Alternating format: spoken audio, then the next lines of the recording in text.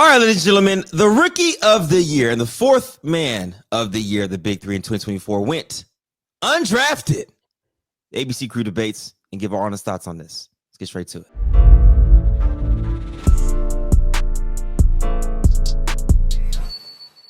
B. Ellis, tee off. Bro, I'm going to be honest with you. This is politics, man. And I'm disgusted. And listen, I know, you know what I'm saying, there's a little bit of division within the YouTube community in terms of, you know what I'm saying, this side may not like this side or this side may disagree with this side. But when it comes to the YouTube scene as a whole, I'm going to always side with the YouTubers. And this is absolutely disgusting that Nazir Kaur did not get drafted by the Big Three. Fourth man of the year, rookie of the year, made it to the championship. Made it to the championship and lost by a bucket. And you mean to tell me Nazir Kaur is not worth a draft spot out of some of these guys? This is disgusting work. And not even about, first of all, I don't know some of these guys, so I'm not even going to act like, you know what I'm saying, these guys aren't good. But what I'm saying is we know the type of traction that Nazir Kaur is going to bring, not only through his videos, through the other networks' videos, through social media itself, and the fact that he's one of the best one-on-one players on the internet, period, and that you don't draft him again based on his production last year and the awards that he won last year, bro, I don't know what type of politics y'all playing. And a lot of you guys, a lot of the guys that got drafted are family members, are friends of some of the people that run these organizations within the Big Three. Bro, this is like, I don't want to hear nothing about talent when it comes to the Big Three. I really don't. Because if it comes down to talent, the fourth man of the year and the rookie of the year should get automatic, like, okay, yeah, we bringing him back just off traction alone because he's done it. He came to your league as a guy with no experience in that league and wrecked shop. Oh, and let's also bring something else up. He also has storylines within your league. So it's not like you can't sell him. Him and Isaiah Briscoe sells right now when they match up. So I don't know. Him and Jeff Teague sell right now when they match up. So we're not going to sit and act like he's just some boring entity within your league because he's won awards and he has storylines. So what you're telling me is that your league is politic ran by who you like and who you know. Shit is bullshit. Somebody else go. Mills. Well, I agree with everything B said. And I went to 2 games last year and saw just to support Nas, and his not only production was there, but the spark that he brought. He was probably like middle of the pack player in most of the games he played. Like he was better than several players, but not like one of the top end players on the floor. You know what I mean? But always brought something to the games in each game. And to add on to what B said, to win rookie of the year and fourth man of the year, it does feel kind of crazy not to have almost like an automatic bid into the next season. It is good for business to mix in some of the younger guys to build for your future of the league and things like that. And Nas is kind of a perfect middle between social influence and he's actually going to produce for you out there. I don't put this on Ice Cube because at the end of the day, he gives freedom to draft who you want. And if the owners choose to pick a family member or a friend, then what are you going to do as the owner, right? So I don't want to put it too much on the league. What I will say from a league perspective, I think it's time to expand. I think the 8 teams are not enough. I think there's big enough talent pool to where you can now expand. But do I think Nas should be in the Big Three? Of course. But also, let me see the draft board again. If you look at some of these guys, like look there. First of all, it's a very small draft, 2 rounds. You got the second round first pick, Nitty. He's been in the Big Three. He's been a captain. This was a very competitive draft. I mean, you go down, you look at Jonathan Simmons, 3rd pick of the 2nd round. Yeah, Y'all remember Jonathan Simmons? Oh yeah. I mean, he had a Yeah. heck of He could go. Spurs, Magic. He Like, can go. he got paid. Like, he's legit NBA player, not just fringe guy. So Jonathan Simmons went 3rd in the 2nd round. I mean, and I took the time to kind of research some of these guys. You even go down to Javier Carter, and we know Sean Williams was on the trilogy last year. He's a big. A lot of these guys were bigs, you know, but for the ones that weren't, I think it's time to expand. Personally, that's my takeaway. Man, a couple things. When I saw Jeff Teague go 5th in the 2nd round, I said Jeff Teague was still on the board. I thought he'd be a first rounder. But if we talk about the 305 team that Lance Stevenson's on and Sean Williams is on, so that was a team that Michael Beasley and Mario Chalmers were the captains of, per se, of last year. But I think they changed the name to this year. Correct me if I'm wrong. To 305. But then they had, I think, was it Reggie Evans also on the team? Yep. So Nasir Core was on that team.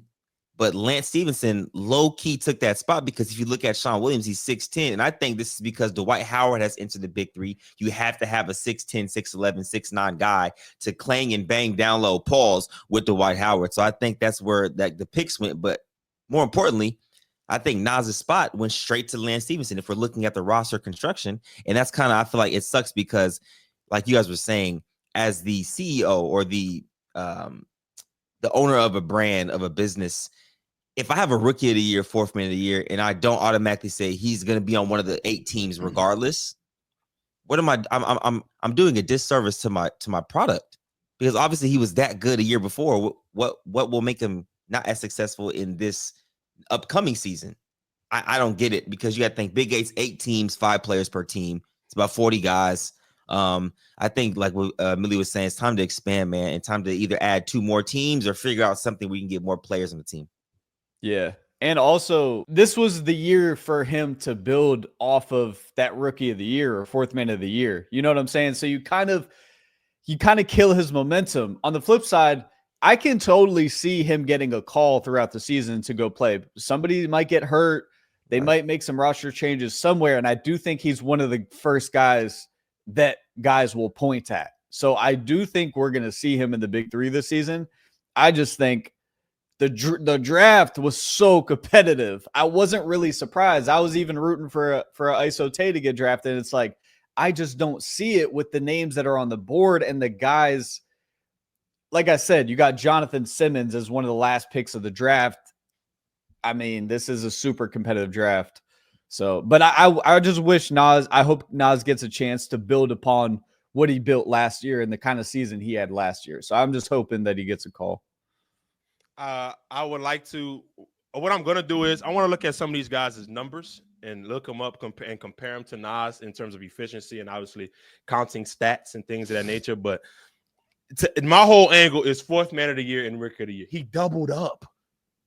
He doubled up in a league with retired NBA vets.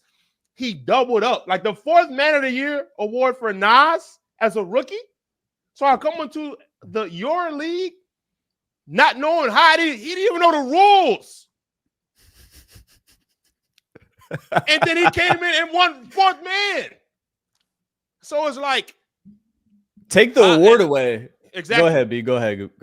And my thing is, all right, cool. I understand Dwight Howard's in your league now. That changes everything. That changes everything in terms of we gotta find guys that are bigger stature, strong, and that can actually bang with Dwight Howard in the post. But okay, fine. But for I'm not even talking about Lance Stevenson. If those guys want to draft Lance Stevenson, they felt Lance Stevenson is better than Nas and they could do that. I'm not talking about that. I'm just talking about in terms of even other teams. If I go through these numbers and Nas has had better numbers than some of these guys on the draft board in previous big 3 seasons compared to Nas last year, then there needs to be a discussion. There needs to be. Now, if Nas doesn't have better numbers and he wasn't as efficient as the guys that has been drafted on that board in the big 3, then I'm gonna back off. But that's I think ultimately the way the league is built too, there's going to be politics in it because for the ex-NBA guys and kind of the way the league is constructed, it's almost built to invite your friends and play on a team and kind of mingle together because they're given the power to do that. You know what I'm saying? So let me grab somebody I'm familiar with. Let me grab somebody I hoop with, a friend, give them an opportunity rather than grabbing the best available players. You know what I mean? Yeah. So it's almost like the way it's set up is like politics are gonna be more prevalent than maybe other leagues. I do think this is not a knock on the big three. I think they're doing a great job, actually. I enjoyed the draft. I just think they need to expand now. Yeah. And make sure, like, all right, Nas is our rookie of the year. Like, let's get certain guys, certain younger blood in there to build this league and have a good mixture between the older guys and the younger guys. I think now this is where I kind of want to add to the conversation. Even having the big three combine, right? The same day as the draft. I feel like that's doing a disservice to the guys that are coming up there to compete. Because if all three of us are GMs of teams and we have a draft 3 hours after the combine, how likely are we to draft somebody that we've seen at that combine? Unless they went federal. Like you have hundreds of guys there and you're like, yeah, we're picking from this pool when you kind of already have your teams picked. Because I've seen people like Gilly the Kid out there. I saw NLE Choppa. Like I'm seeing guys out there and I'm like, is this like a PR stunt or something? Because there's no way they're going to get drafted into the big three. But you have guys out there that are really trying to get drafted into the big three. And you're kind of just making it a PR stunt because none of them got drafted to the big three that tried out at the combine that same day. Right. Yeah. And I'm fellas, I'm not gonna lie. I didn't expect like some of the YouTube guys went like Moon, Cam, Scoob was out there. That was cool to see. I was glad. I hope they continue to try to push doors down and stuff like that. I did like that. But I'm gonna always be realistic now. Looking at that draft board, I didn't expect them to get drafted. Fair. Right. I didn't expect those guys to get drafted to the big three this year based on Dwight Howard coming in. But so can you pull up that board really quickly? Gotcha. Because I know a lot of people are going to make this size thing like, oh, bro. Nas is as big as Frank Nitty. Him and Jeff Teague, same size. Isaiah Briscoe, him and Isaiah Briscoe, same size. He could hold his own. How tall is Wesley Johnson? 6'6", 6'7"? Wesley Johnson like 6'7". 6'7". Yeah. And I'm gonna look up these guys to make sure I do my due diligence before I even say anything bad or anything about these guys. I don't want to be wrong and disrespect a player. But that's 3 guys right there that I'm pretty sure going to be either starting or fourth men for their particular teams that Nas can come in and match up with immediately. So this is unfortunate. And also, and selfishly speaking, or not selfishly speaking, just in general, I don't like guys missing out on no chicken. I don't like guys missing out on money. I told y'all this in a group chat. I don't like guys missing out on money, especially when they deserve it. And he did nothing wrong last year to be like, yeah, we ain't bringing him back. He didn't have no season like that. Well, ladies and gentlemen, in the comments below, let us know what you guys think of the situation. The big three still doing their thing. It's just unfortunate that a guy like Nas, we keep reiterating, rookie of the year, fourth man of the year, doesn't get another opportunity in season 2 or his second year of the big three. So, we'll see you guys in the next one. Peace.